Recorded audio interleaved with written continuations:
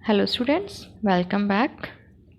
आज हम class 9th की सोशल साइंस की वर्कशीट 16 को कंप्लीट करेंगे, जो कि इकोनॉमिक्स के चैप्टर फर्स्ट पालमपुर गांव की कहानी से ली गई है। Let's start. पालमपुर गांव की कहानी एक काल्पनिक गांव तथा वहां चलने वाले सभी आर्थिक क्रियाओं का वर्णन है, जो लगभग भारत के हर एक गाँव में चलती हैं। तो यहाँ पे जो हम पालमपुर गांव की बात कर रहे हैं वो एक काल्पनिक गांव है।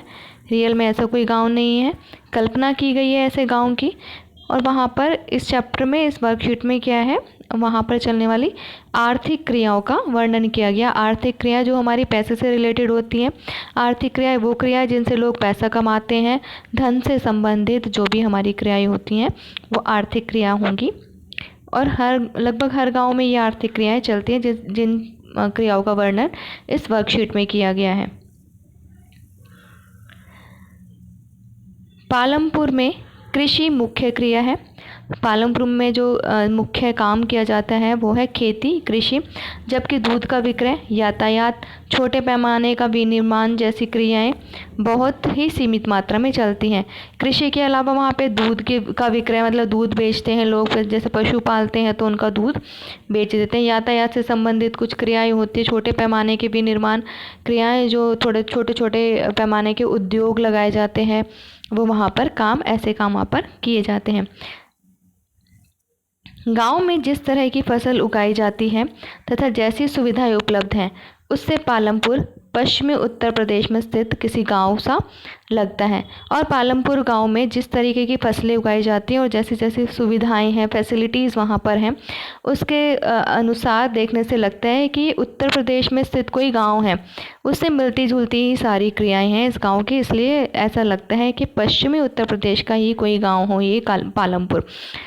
पालमपुर गांव अपने आसपास के गांव तथा शहर से अच्छी तरह से जुड़ा हुआ है। और जो पालमपुर गांव है, ये हमारा काल्पनिक गांव, ये अपने आसपास के गांव और शहरों से अच्छी तरह से जुड़ा हुआ है। मतलब वहाँ पे जो सड़क सुविधाएं हैं वो अच्छी है, पक्की सड़कें बनी हुई हैं, सड़कों से जुड़ा हुआ है ये गांव दूसरे गांव और शहरों से।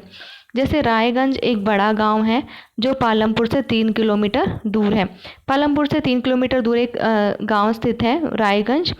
वहीं गांव के पास के कस्बे शाहपुर में भी पालमपुर पक्की सड़क द्वारा जुड़ा हुआ है। और गांव के पास ही एक कस्बा है शाहपुर, वो भी पक्की सड़क से जुड़ा हुआ है पालमपुर गांव से।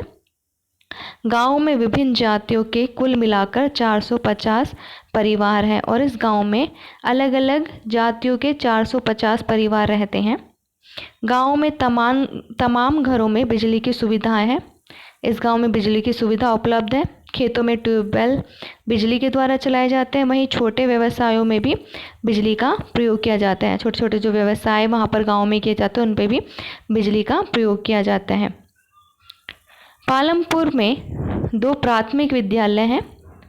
2 प्राथमिक विद्यालय मतलब 5वीं तक के जो हमारे स्कूल होते हैं उनको हम प्राथमिक विद्यालय कहते हैं। और एक हाई स्कूल है, मतलब 10th क्लास तक, 10वीं कक्षा तक का जो विद्यालय है वो हाई स्कूल, एक हाई स्कूल भी है। वहीं गांव में एक प्राथमिक चिकित्सा केंद्र चल रहा है। एक प्राथमिक चिकित्सा केंद्र मतलब बड़े पैमाने का चिकित्सा केंद्र नहीं होता, ये छोटे से पैमाने का एक छोटे स्तर का एक चिकित्सा केंद्र होता है, जिसमें स्टार्टिंग में जो चिकित्सा दी जाती है लोगों को, जैसे डिस्पेंसरी होती है नॉर्मल, उस तरीके से एक प्राथमिक चिकित्सा केंद्र उस गांव में चल रहा है, जो कि सरकार के द्वारा चलाया जाता है। और वहीं एक प्राइवेट डिस्पेंसरी भी है, और प्राइवेट एक डिस्पेंसरी भी उस गांव में है। जो प्राथमिक चिकित्सा है वो सरकार द्वारा चलाई जाती है, और प्राइवेट डिस्पेंसरी उसके साथ सरकार के द्वारा नहीं चलाई जाती। बड़े स्तर का हॉस्पिटल नहीं है, यानी कि वहाँ पर एक प्राथमिक चिकित्सा केंद्र है बस। इस प्रकार पालमपुर गांव में सड़कों, यातायात के साधनों, बिजली, सिंचाई, स्कूल और स्वास्थ्य केंद्र की अच्छी व्यवस्था है। और जिस तरीके से यहाँ पर हमें बताया गया है, डिटेल से हमें पता लगता है कि पालमपुर गांव जो है उसमें सड़कों की, यातायात के साधन की, बिजली की, सिंचाई, स्कूल और स्वास्थ्य केंद्र की अच्छी व्यवस्था है। ये सारी चीज़ें हमारे वहाँ पर उपलब्ध है। पालमपुर गाँव में इनकी जो व्यवस्था की गई है वो बहुत ही अच्छी की गई है उस गाँव में। इस वीडियो में इतना ही। आई होप आपको ये वर्कशीट समझ में आई होगी। नेक्स्ट वीडियो में हम इस वर्कशीट के क्वेश्चन आंसर्स को डिस्कस करेंगे।